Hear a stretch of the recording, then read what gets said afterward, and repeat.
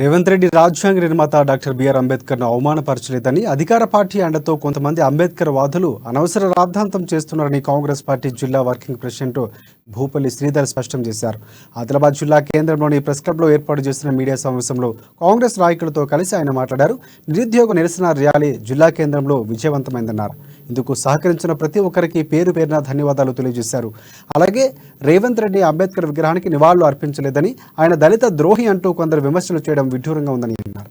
ఆయన తరఫున కాంగ్రెస్ నాయకుడు శివాజీ కాంబ్లే పూలమాల వేసి నివాళులు అర్పిస్తారని సభావేదిక సాక్షిగా తమ డీసీసీ అధ్యక్షుడు ప్రకటించారన్నారు. కావాలనే కాంగ్రెస్ పై తమ రాష్ట్ర అధ్యక్షుడిపై బురద జల్లడం కోసం లేనిపోని అపోహలు సృష్టిస్తున్నారంటూ ఆరోపించారు. ఆయన విజయవంతం అయిందని, ఇందులో విజయవంతం అయింది కాబట్టే కొంతమంది నాయకులు, అధికార పార్టీ ఎమ్మెల్యే ప్రోద్బలంతో, అధికార పార్టీ నాయకుల అండతో ఈరోజు ఏదైతే డాక్టర్ బాబాసాహెబ్ గారి చౌక్లో ఈరోజు మేము నిరుద్యోగుల నిరసన సమరభేరి సభను నిర్వహించినాం.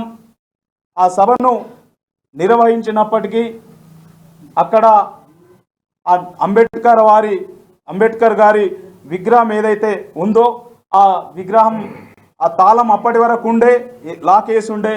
మేము అప్పటికి 3-4 గంటల సమయంలో కూడా మేము అక్కడ ఉన్నటువంటి ఆ అంబేద్కర్ విగ్రహం లాక్ వేసి ఉండే.